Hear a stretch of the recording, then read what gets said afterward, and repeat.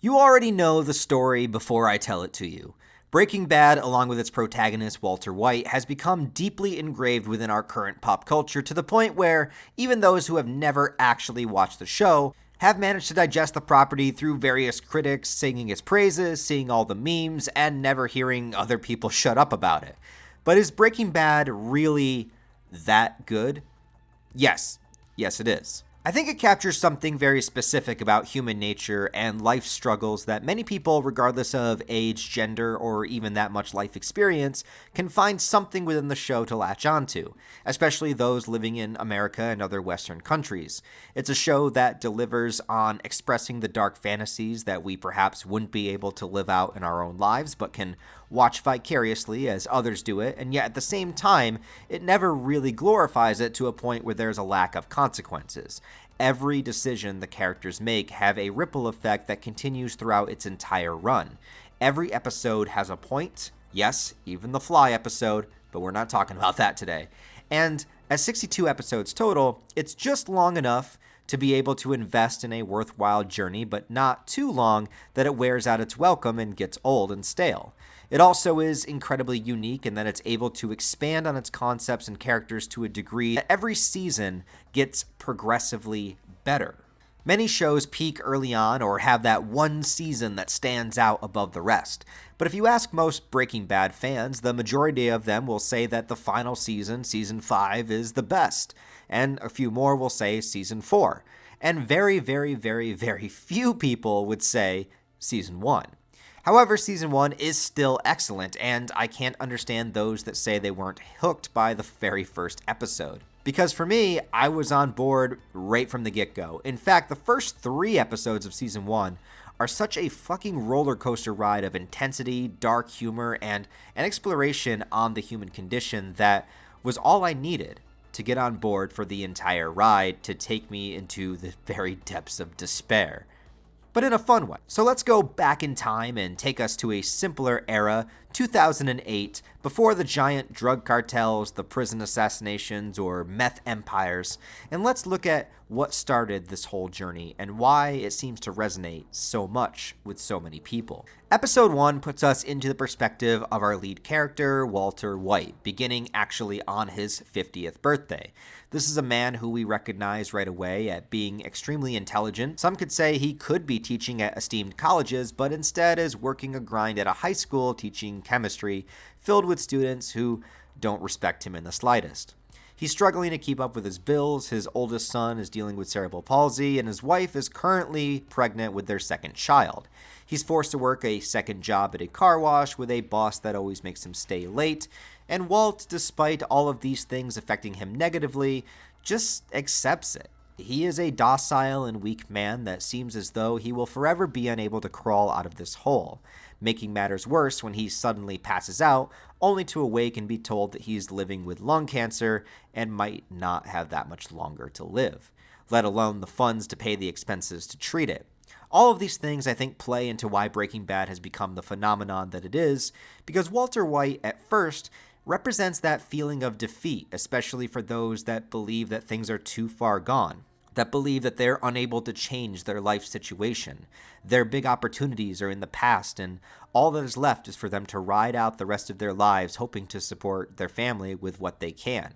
But that feeling of struggling within this middle-class income, with the feeling of responsibility weighing down on you, and the realization that you may never get another break again, desperation starts to set in. And thus we spell the beginning of the end. Walt takes to using his skills as a chemist to create the best and most pure crystal meth possible in order to try to sell it and make as much money as he can to leave behind for his family, teaming up with a former student named Jesse Pinkman who knows the streets and is able to sell, but he also dabbles in the meth itself and sometimes is too focused on getting a good high than being responsible. Jesse comes from a good family but fell into drugs and never managed to crawl his way out of it. And I think a lot of us have known a Jesse Pinkman in our lives. Somebody who isn't a bad person, but also is so far into drugs that they seem like they're a lost cause and not someone you really want to hang out with anymore. Jesse's greatest strength is that he has compassion still and he's able to tell right from wrong, he's not so deep into it that he's lost his morality, other than being able to sell life-destroying chemicals to other people, but he himself also indulges in them, so there's a disconnect with just how bad what he's doing actually is. But the reality check comes soon, as Walt's meth is seen as too good, and a couple of thugs make Jesse take him to their cook site, and this leads into the disaster of the first 3 episodes. Walt uses a chemical mixture to knock them both out. It manages to kill one, but the other one, named Crazy 8, is still alive. So the question becomes, what do you do now? How does this old man and young junkie, 1, dispose of a human body, and 2, gather up the courage in order to kill another person? And at this point in the series, they have no resources, no special phone calls to cartel members, no criminal lawyer on speed dial. These episodes are filled with an incredible amount of humor, also, as Walt and Jesse argue and fight between one another about the best way to handle the situation, and also what happens when Jesse, who isn't as scientifically minded as Walt, doesn't think he needs to follow the instructions exactly, and it results in a bathtub of slowly disintegrating human flesh breaking through the ceiling of his house and crashing onto the floor. I love the beginning of episode 3 and how it reflects back to Walt in college speaking with Gretchen about the makeup of a human body. It kind of reminds me of Full Metal Alchemist, as they write down the percentages of everything within the body and intercut it with Walt and Jesse cleaning up the mess that they had caused, dehumanizing someone to nothing more than liquid garbage being flushed down a toilet. Even more so does the episode challenge the value of life when Walt contemplates how to kill Crazy 88. He killed Emilio quickly within an act of self-defense, but premeditating and actively planning out a murder is a different story than a quick self-defense moment. Ultimately, Walt doesn't want to do it. Walt may become a monster as time goes on, but here in Season 1, this 50-year-old guy who has never done anything illegal in his whole life, put into a position where, if he lets this man go, he risked the lives of himself and his entire family. To me, Walt killing Crazy 8 was one of the most heart-wrenching moments of the season because he doesn't want to do it. And he knows the only reason he's here in this position was his own decision to begin cooking meth in the first place. And at the time, he didn't tell his family that he was even sick yet. He was trying to solve a problem without them even knowing, and now he's a murderer. Ending the episode with a flashback once again of Walt and Gretchen and them missing just a little bit of what makes up a person, with Gretchen mentioning maybe it's the human soul, just as Walt is beginning to lose his own. And you would think this experience would be enough to stop you from wanting to make drugs. And it was, actually. Walt and Jesse both stop and they go their separate ways. Until episode 5, which is called Gray Matter, which I believe is single-handedly probably the most underrated episode and the best episode to understand Walter White as a character, especially in this beginning portion. It introduces his college friend Elliot and his wife, Gretchen. And though there is no specific chain of events that are mentioned, and even though Walt does legitimately love his wife Skylar, you know somewhere down the line there was a breakup, and not only is she with his friend, but that friend also owns an extremely profitable company named Gray Matter, a company that Walt supposedly had a hand in creating initially before it was one of the most successful companies out there and he sold off his portion. But here's the thing. Elliot seems to have no bad blood with Walter whatsoever and actually views him as a friend. But as soon as we learn this bit of information, we get it. Walt fucked up in his past, and ever since he has been trying to make up for these failures, but all the while being extremely bitter about it.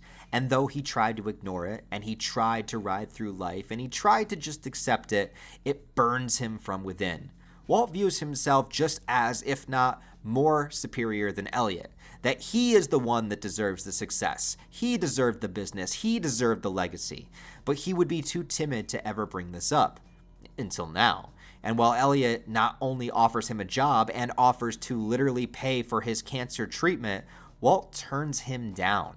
His entire problem could be fixed right here in this episode, but it would be fixed by accepting the help from somebody that he resents deep down in his heart, and his pride would not allow him to do it. Walt knows that he only has a few years to live, and within that time, he wants to find a way to pay for his treatment and leave money behind for his family. He wants it to be him that does it and nobody else. He wants his family to look towards him as the savior, not some random rich friend that he has. Walt wants to earn it for himself, and he wants that sense of power by doing it. And with the talking pillow scene, it becomes more apparent. Walt admits it in this episode. He says he feels like he's never been able to make his own decisions about anything. He talks about how he doesn't want treatment because of how much more weaker and sick it'll make him, and how they won't remember him as somebody to look up to or as a provider, and instead they'll remember him as this sick, dying person. Now, you can argue that Walt is purely selfish, or you can argue that Walt did do everything for his family, but actually both can be true. Do I believe that Walt truly wants to earn money for his family to make their lives better? Yes, of course, absolutely he does. Walt does love his wife. He does love his son. However, there is also an aspect that he wants to have that reciprocated respect by doing so. To not have his son call him a pussy, and to not have his wife be okay with just a lazy hand job. If Walt allowed Elliot to swoop in and be the hero, then Walt would never be able to be that hero. And with only a few years left to live, he cannot allow that. I'm not justifying Walt's decisions or his methods, but what I am saying is that I think people can understand where he's coming from in season 1. At this point, even though the decisions are horrific and have tragic consequences, we understand the sentiments behind them. And this is what gets us on board for Walt's journey moving forward and helps us question our own morality as the seasons go on. And so Walt and Jesse, who is unable to commit to searching for a regular job again, decides that they're going to try cooking meth once more, which leads them into the life of a maniac named Tuco Salamanca. Tuco is a great antagonist. He's a great first antagonist of the series, too.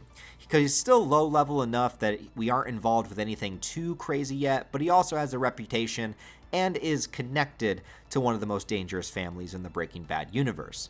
He's less of a businessman and more of a loose cannon who just wants to show how in charge he is at all times, usually by example of violence.